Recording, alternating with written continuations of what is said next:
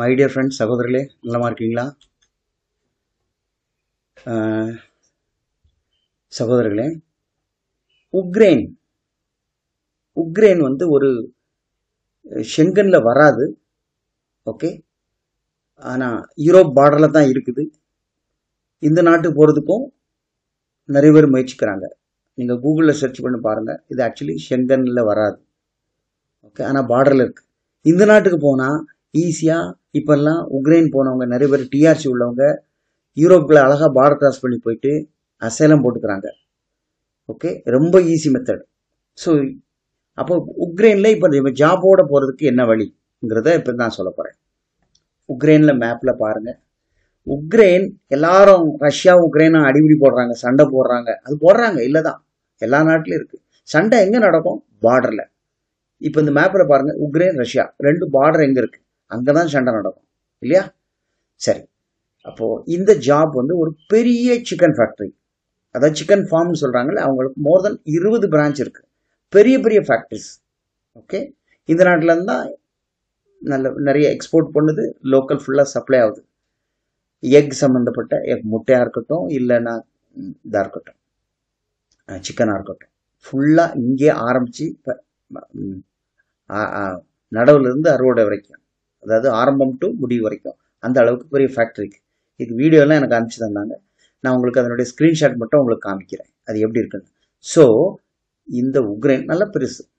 Okay, so அங்கே சண்டை அங்கங்கே போட்டுக்கிட்டு இருந்தால் கூட நம்ம இங்கே ஆட்டோமேட்டிக்காக பெர்மிட் வருது. இந்தியன்ஸ்க்கு எந்த பிரச்சனையும் இல்லை. அதனால நீங்கள் தைரியமாக அப்ளை பண்ணலாம். வேலைக்கு போகணும்னு நினைக்கிறவங்க. இவங்க யார்?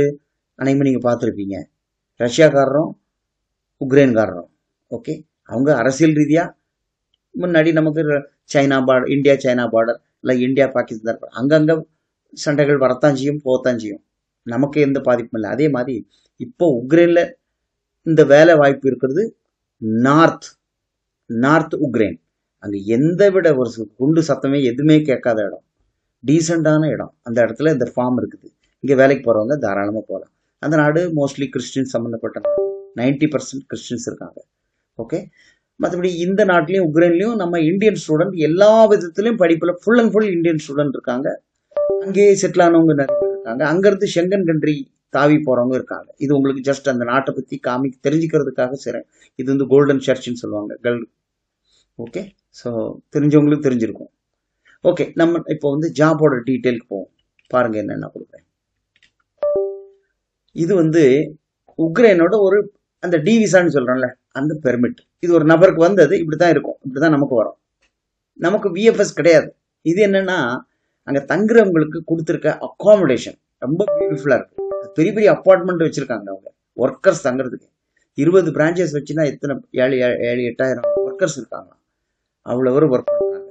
அவங்க தங்குறதுக்கெல்லாம் ஃபர்னிஷ்ட் அக்காமடேஷன். அதை தான் உங்களுக்கு நான் இப்போ காமிக்கிறேன். ஓகே, மற்ற இடத்துல ஏதோ ஏனதானம் அப்படிலாம் கிடையாது. இதெல்லாம் அங்கே ஒர்க் பண்ணுறவங்க எங்களுக்கு அனுப்பிச்சி கொடுத்தாங்க. ஓகே மை டியர் ஃப்ரெண்ட்ஸ், அடுத்தால பாருங்கள். இன்னும் ஜாப் டீட்டெயில் பற்றி தரேன். இது உங்களுக்கு அங்கே தங்குறவங்களுக்கு ஃப்ரீ அக்காமடேஷன் கொடுக்குறாங்க. அது எப்படி இருக்குங்கிறதுக்கு தான் நான் கொடுக்குறேன். புரியுதுங்களா? ஒரு ரூமில் 2 பேர், அவ்வளோதான், வேறு ஆட்கள் கிடையாது. ஸோ அப்போ நல்லா ஈஸியாக இருக்கும். ஜாபை பற்றி சொல்கிறேன். பவுல்ட்ரி ஃபார்மில் அவங்க என்கிட்ட 300 வரைக்கும் கொடுக்கலாம். இந்தியா, பங்களாதேஷ், நேபாள் எல்லாம் கேட்டாங்க. நம்ம இந்தியன்ஸ் மட்டும் பார்ப்போம். ஓகே, எனக்கு பொறுத்த வரைக்கும் இதில் ஒரு 50 பேர் கண்டிப்பாக போகலாம். ஏன்னா ப்ராசஸ் ஈஸி. இதில் என்னன்னா சேலரி வந்து $600 to $800.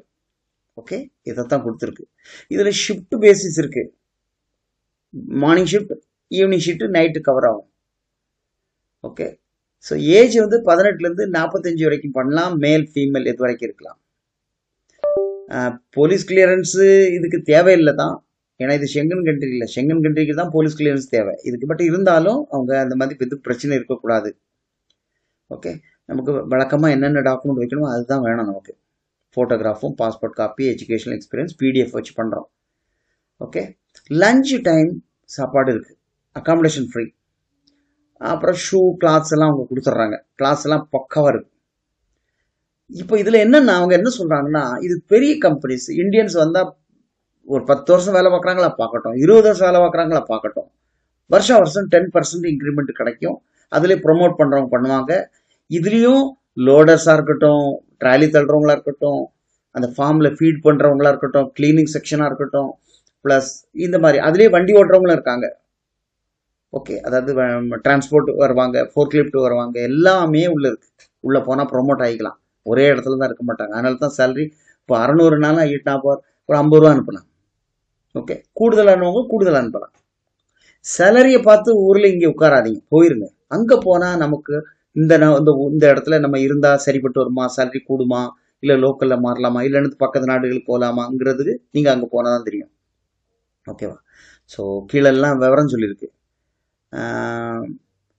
மை டியர் ஃப்ரெண்ட்ஸ், இதில் நான் முக்கியமாக சொல்ல வேண்டியது, நாட் ஓன்லி அவங்க சிக்கன் மட்டும் பண்ணலை, வேற மீட், ஓகே, அதெல்லாம் கூட பதப்படுத்தி கட் பண்ணி எல்லாம் வைக்கிறாங்க.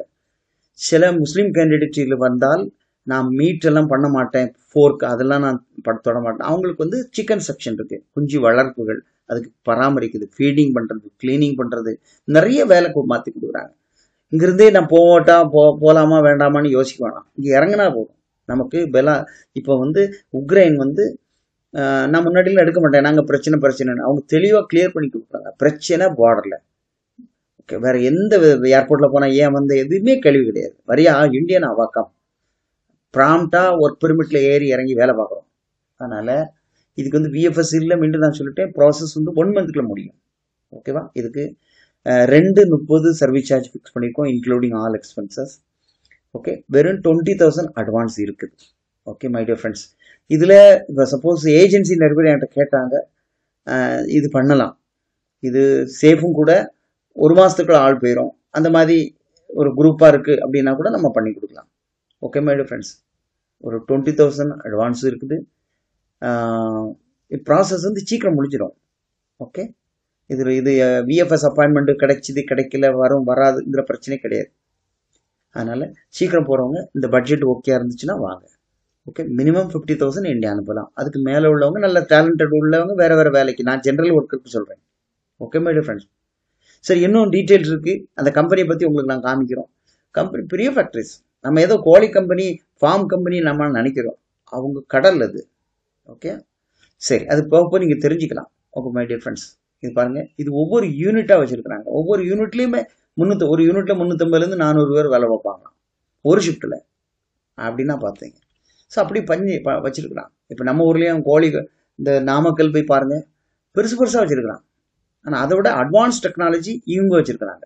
பார்த்தீங்களா, இந்த ஒர்க்கர்ஸ்லாம் பாருங்கள், டாக்டர்ஸ் மாதிரி ட்ரெஸ் பண்ணியிருக்காங்க. அவ்வளோ ஆட்கள் தேவை, வேலை பார்க்கலாம்.